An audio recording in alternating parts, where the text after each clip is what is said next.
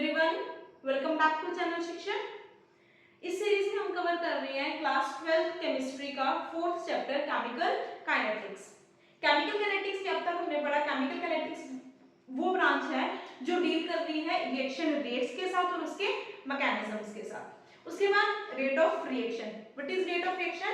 Change in concentration of reactants और products with respect to time.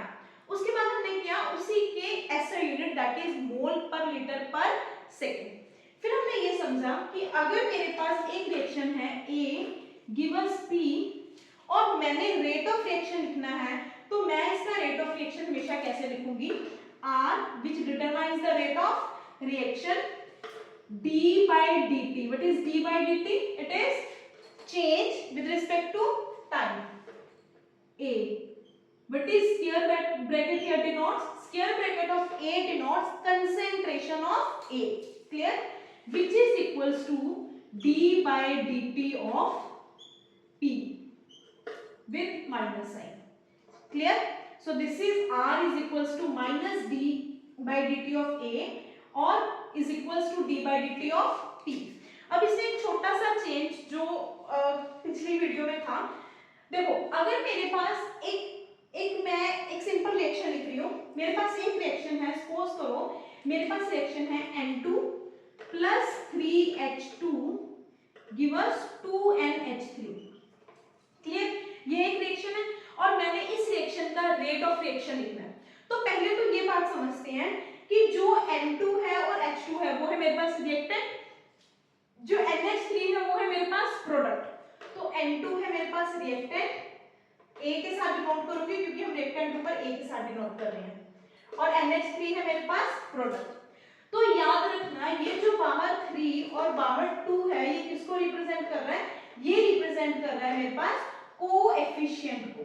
This is coefficient. Clear? तो जब भी हम कोएफिशिएंट के साथ रेट ऑफ रिएक्शन लिखेंगे तो हम रेट ऑफ रिएक्शन को किस ढंग से लिखेंगे? हम लिखेंगे R is equals to d by dt।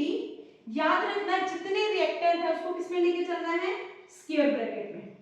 Square bracket of N2 is equals to d by dt square bracket of H2 clear is equals to d by dt square bracket of NH3।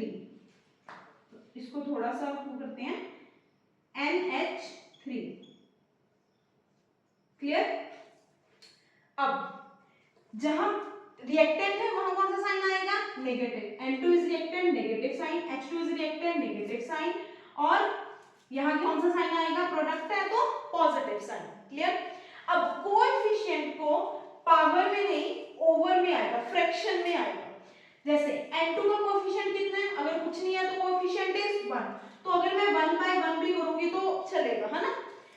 H2 का coefficient कितना है? 3, तो यहाँ कितना हो जाएगा? It will B 1/3। NH3 का coefficient कितना है? 2, तो ये बाहर क्या आ जाएगा? 1/2। तो what will be the final equation? R is equals to minus d by dt of N2 is equals to minus 1/3 d by dt of H2 is equals to 1/2 d by dt of NH3. So this is how we represent the rate of reaction of a simple reaction. Clear? अब कुछ और examples के साथ इनको try करेंगे।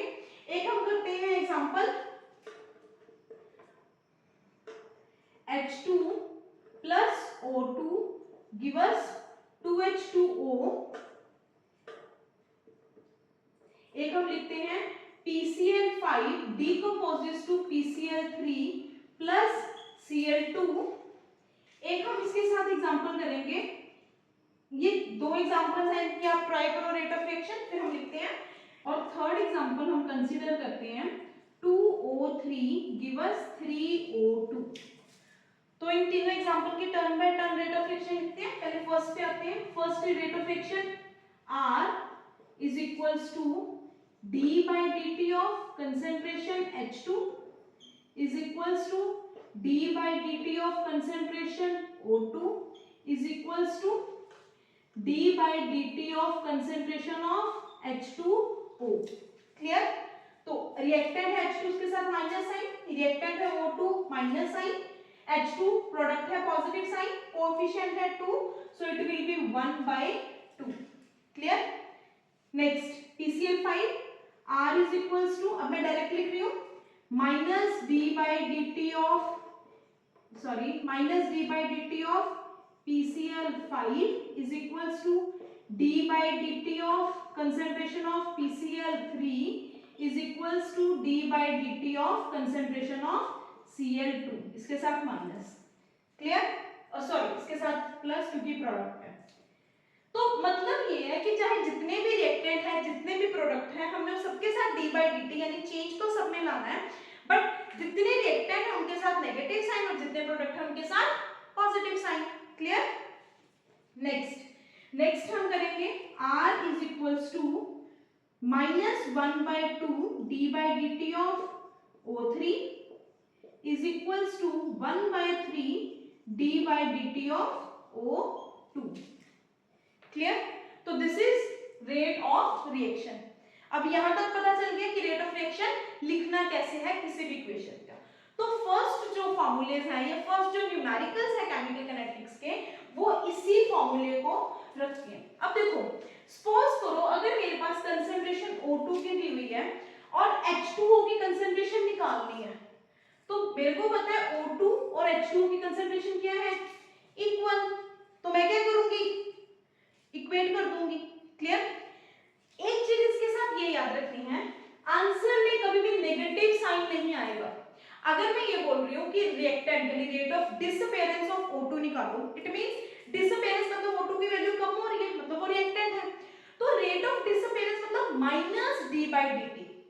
आप निकाल के उसके साथ माइनस का साइन नहीं लगाओगे, क्योंकि माइनस यहाँ सिर्फ ये रिप्रेजेंट कर रहा है कि जो रिएक्टेंट है उसकी अमाउंट क्या हो रही है, डिक्रीज हो रही है। तो याद रखना इन फॉर्मूलेज में आंसर में जब न्यूमेरिकल निकालोगे उसके आंसर में नेगेटिव साइन नहीं आएगा।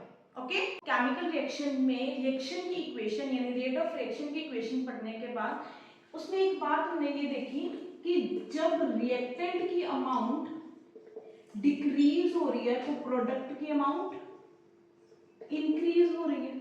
तो जब रिएक्टेंट डिक्रीज कर रहा है, प्रोडक्ट इंक्रीज कर रहा है। विद इन टाइम मैं ये बोल सकती हूँ change in concentration of reactant with time decreases और विद टाइम प्रोडक्ट की अमाउंट इंक्रीजेस।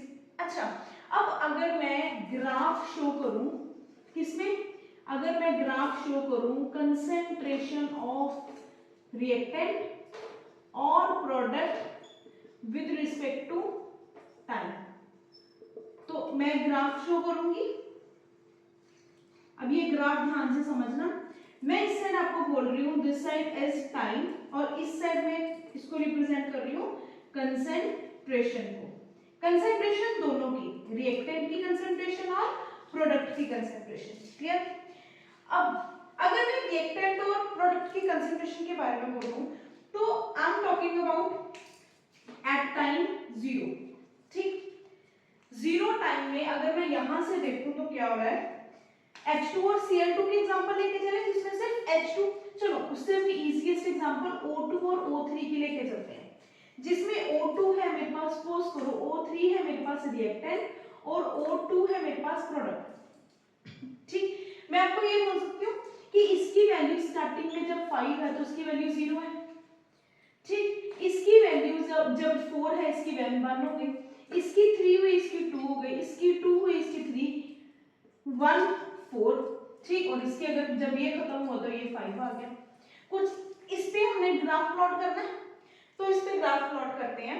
ब्लू से रिप्रेजेंट करेंगे हम प्रोडक्ट को और रेड से हम रिप्रेजेंट कर रहे हैं किसको, रिएक्टेंट को। क्लियर? अब नंबरिंग करते हैं यहाँ पर 0 1 2 3 4 5, सेम एज 1 2 3 4 5। मैं एग्जैक्ट नहीं कर रही, ग्राफ निकालने सिर्फ समझाने के लिए बोल रही हूँ। अगर मैं टाइम 0 पर चलूं, टाइम 0 पर चलूं मतलब बिल्कुल स्टार्टिंग पर चलूं, बिल्कुल स्टार्टिंग में O3 की वैल्यू है 5, O3 रेड से रिप्रेजेंट करना है, O3 की वैल्यू वैल्यू आ गई मेरे पास 5। क्लियर? ग्राफ बनाते हैं। जब मैं नेक्स्ट अगले टाइम में चलूं, 1 टाइम पे चलूं, सपोज कर लो उसकी वैल्यू कितनी आ गई 4, उसकी वैल्यू आ गई मेरे पास 4, देन 3, देन 0 पे 5, 1 पे 4, 2 पर 3, 3 पे 2 और 4 पे आ गई इसकी 1 और 5 पे आ गया 0। कुछ इसी ढंग से आया।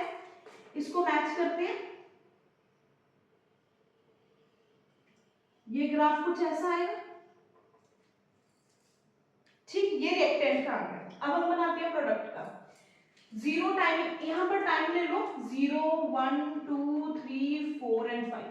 0 टाइमिंग पे प्रोडक्ट की अमाउंट कितनी है 0। 1 पे कितनी हुई 1, 2 पे 2, देन 3, 4 और 5। तो ये गई मेरे पास प्रोडक्ट की, यही आया, यही वैल्यू आई। अब ध्यान से देखो, इस चीज को समझो कि टाइम जब 0 था तो रिएक्टेंट 0 से स्टार्ट नहीं हो रहा। रिएक्टेंट कहां से स्टार्ट हो रहा है हाईएस्ट वैल्यू से। प्रोडक्ट कहां से स्टार्ट हो रहा है 0 से। ठीक, तो ये बात है कि रिएक्टेंट जो है वो डिक्रीजिंग वाली लाइन में है और प्रोडक्ट जो है वो इंक्रीजिंग वाली लाइन पे है। रिएक्टेंट कभी भी 0 से स्टार्ट नहीं होगा। और ये भी नहीं मैं कह सकती कि रिएक्टेंट 0 पे खत्म होगा, क्योंकि रिएक्शन कितना प्रोसीड करेगा we don't know, we just know the initial concentrations. ठीक, अगर पूरा देखना है फिर फाइनल, तो फाइनल में कभी भी ये नहीं है जैसे मैंने यहाँ पर चला कि फाइनल पे वो 0 पर ही पहुंच जाएगा। नहीं, जरूरी नहीं है। हो सकता है तब इक्विलिब्रियम अटेन हो जाए और इक्विलिब्रियम के बाद रिएक्शन जो प्रोसीड होगा ना कंसंट्रेशन रिएक्टेंट की कम होगी ना ही प्रोडक्ट की बढ़ेगी। ठीक, तो पॉइंट यहाँ पे ये समझाने वाला था कि जब भी एक ग्राफ ड्रॉ करेंगे टाइम और कंसंट्रेशन के साथ, तो ये बात याद रखनी है कि reactant goes on decreases with time, whereas the product goes on increasing with time. Clear? उसके बाद जो रिएक्टेंट है वो कभी भी 0 से स्टार्ट नहीं होगा और ना ही 0 पर खत्म होगा। वो बस ये शो करेगा कि रिएक्टेंट हाईएस्ट से लोएस्ट वैल्यू पे आ रहा है और प्रोडक्ट ये शो करेगा कि वो लोएस्ट से हाईएस्ट पे जा रहा है। तो ये ग्राफ जो है ये मैंने आपको ग्राफ के बेस में बना के बताया। ये है आइडली ग्राफ जो पेपर में ड्रॉ करोगे, तो ये ग्राफ द मोस्ट इंपॉर्टेंट है। Clear? So this is the graph between concentration of reactant and product with respect to time. याद रखना, I'm here using the word and between reactant and product. ठीक? Because इसी graph में मैंने reactant की amount भी show किया और इसी में ही मैंने प्रोडक्ट की का ग्राफ भी शो किया। तो this is the whole graph which shows the reaction, chemical reaction. यहाँ पर मैं इसकी रेट स्पीड कुछ मेजर नहीं कर रही, यहाँ पर मैं ये सिर्फ ये बता रही हूँ कि एक रिएक्शन चल रहा है जिसमें reactant goes on decreasing and product goes on increasing. Clear? तो ये था आज की क्लास का केमिकल काइनेटिक्स, जिसमें हमने ये पढ़ा कि chemical kinetics is used to measure the speed of the reaction, और उसके बाद हमने की इक्वेशन किसकी, रेट ऑफ रिएक्शन की, और उसके बाद समझा हमने इसका ग्राफ। तो ये स्टार्टिंग पॉइंट जो है ये द मोस्ट इंपॉर्टेंट है फॉर द केमिकल काइनेटिक्स।